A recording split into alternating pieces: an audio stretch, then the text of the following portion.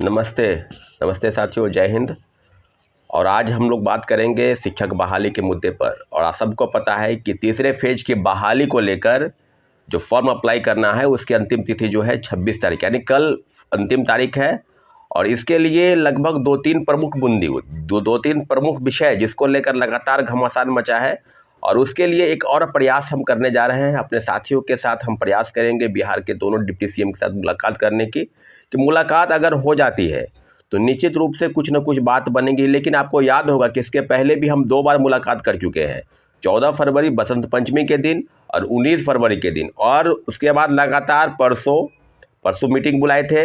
कल भी कुछ साथी गए थे बीजेपी कार्यालय, जो बीजेपी पटना मुख्यालय है, वहाँ भी गए थे और मुलाकात भी किए थे। जो आवेदन है सम्राट चौधरी, जो बिहार के डिप्टी सीएम है, उनको दिया गया है।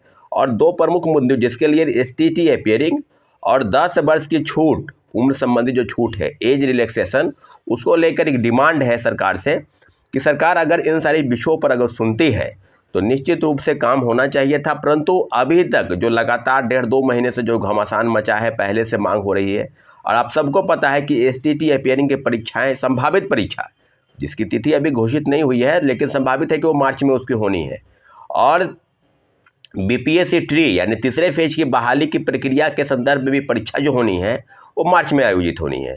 तो अगर आप एक मौका अगर दे देते एसटीटी अपीयरिंग वाले को, सीटेट अपीयरिंग वाले को तो मौका मिल गया, उनका रिजल्ट आ गया, लेकिन कुछ समस्याएं वहाँ भी थी कि कट ऑफ मार्क्स को लेकर जो रोल नंबर अप्लाई होगा या वहाँ पर सर्टिफिकेट नंबर और डेट ऑफ इशू, इसको लेकर कम से कम 15-20 दिन के बाद डिजी लॉकर पर वो सर्टिफिकेट नंबर आता है, तभी आप अप्लाई कर सकते हैं। लेकिन इसके लिए जो बातें थी, जो प्रथम फेज की बहाली में भी सीटेट अपीयरिंग को लेकर, एसटीटी अपीयरिंग को लेकर सभी लोगों को मौका मिला।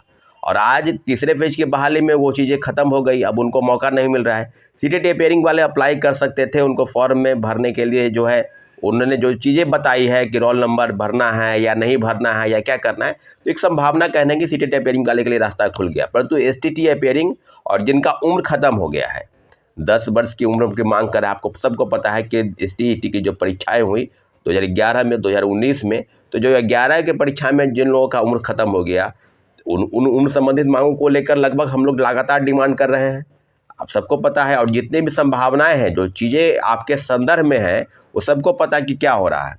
तो सारे कड़ी को जोड़ते हुए आवेदन के माध्यम से हम पुनः प्रयास कर रहे हैं कि सरकार के समक्ष, जैसा कि सम्राट चौधरी और विजय सिन्हा जो बिहार के डिप्टी सीएम हैं, अब पहले विरोधी दल के नेता हुआ करते थे इस राज्य में, और दोनों आज सदन में स्पष्ट रूप से सप्लीमेंट्री रिजल्ट के नाम पर कई नेता, सीपीआईएमएल के विधायक संदीप सौरभ हों या एसटीटी अपीयरिंग की मांग को लेकर लगातार वो जो प्रेस में बोलते हैं कि होना चाहिए था, नहीं हुआ, तो सारे विषय पर अब एक और प्रयास है कि अगर आज नहीं होता है, नोटिस अगर कल तक नहीं आता है, डेट एक्सटेंड 3 दिन और हो गया, अब तो संभावनाएं बिल्कुल ख़त्म होने की स्थिति में है, तो क्या एसटीटी अपीयरिंग वालों को मौका नहीं मिलना चाहिए था?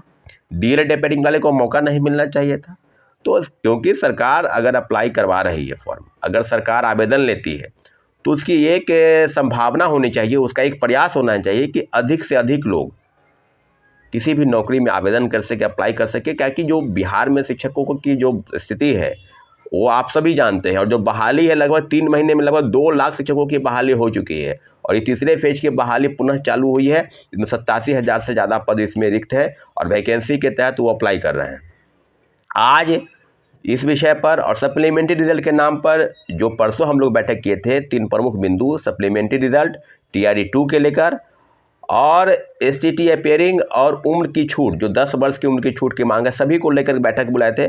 और काफ़ी संख्या में साथी आए थे। सभी लोगों ने सप्लीमेंट्री रिजल्ट के लिए जो राय बनी है कि उसमें एक याचिका दायर किया जाए कोर्ट की तरफ से, कोर्ट में, माननीय उच्च न्यायालय में एक याचिका दायर किया जाए। तो उसके लिए एक अलग से बैठक हम लोग सिर्फ सप्लीमेंट्री रिजल्ट टीआरई 2 के लिए बुलाएंगे।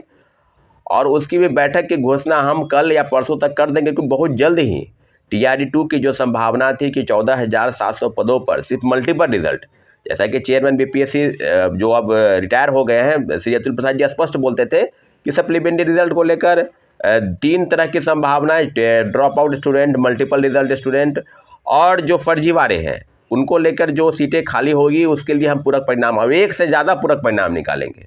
तो 25 अक्टूबर के उसी ट्वीट के हवाला के साथ साथ और तमाम बिंदुओं पर शिक्षा विभाग का वो चिट्ठी जो बीपीएससी गया, बीपीएससी से दोबारा आ गया, तो सारे विषयों पर सप्लीमेंट्री रिजल्ट की संभावना बिल्कुल है। 14,700 पदों पर, जिनका 1 number, 2 number, 4 number, 5 number, 6 number या उसी कटअप पर वो अगर हैं और जिनका उम्र ख़त्म हो गया है, अब तीसरे फेज की बहाली में बैठने के लिए बाध्य नहीं है, वो बैठ नहीं रहे हैं, तो सप्लीमेंट्री रिजल्ट के लिए जो कोर्ट केस होगा, जो याचिका दायर होगी, उसमें सभी को बढ़ चढ़ कर हिस्सा लेना है। और बैठक जो है, उम्मीद करते हैं कि 1 से 2 दिन में हम बैठक बुलाने जा रहे हैं। आप सभी को, जितने भी लोग मेरी बातों को सुन रहे हैं और सप्लीमेंट्री रिजल्ट के लेकर जो भी TRE-1 में लगभग दर्जनों याचिकाएं दायर हुई है, सभी में एक संभावना बनाकर हम लोग आगे बढ़ेंगे। TRE-2 में भी याचिका दायर करने के प्रयास हम लोग कर रहे हैं। स्थिति अपेयरिंग के जो छात्र हैं और उम्र संबंधी जो छात्र हैं, उनके लिए एक अंतिम प्रयास हम पुनः करने जा रहे हैं। इसलिए आप सभी से आग्रह है कि आप चीज़ों को समझें कि सरकार के समक्ष जो भी चुनौती है, पहले महागठबंधन की सरकार थी, आज NDA की सरकार है, दोनों ने छात्रों और अभ्यर्थियों के बात पर ध्यान नहीं दिया, उनके समस्याओं का समाधान नहीं किया। आप ये बात मान कर भी चल सकते हैं, लगातार बहाली निकालने से नहीं होता है। ज़्यादा से ज़्यादा संख्या में लोग आए, अप्लाई करें, और जो फर्जीवाड़ा हुआ उस पर तो एकदम से चुप्पी साध रखे हैं। खाली के पाठक का प्रकरण जो है वो सुर्खियों में है, कभी क्या होता है, कभी सदन में क्या होता है, कभी क्या बोलते हैं, कभी छिट्टू की लोग क्या बोलते हैं। लेकिन इतना ज़रूर है कि एक बार प्रयास हम कर रहे हैं और सप्लीमेंट्री रिजल्ट के लिए जो बैठक बुलाई जाए उसमें अधिक से अधिक संख्या में आप लोग शामिल हो। ठीक है साथियों, जय हिंद, जय भारत।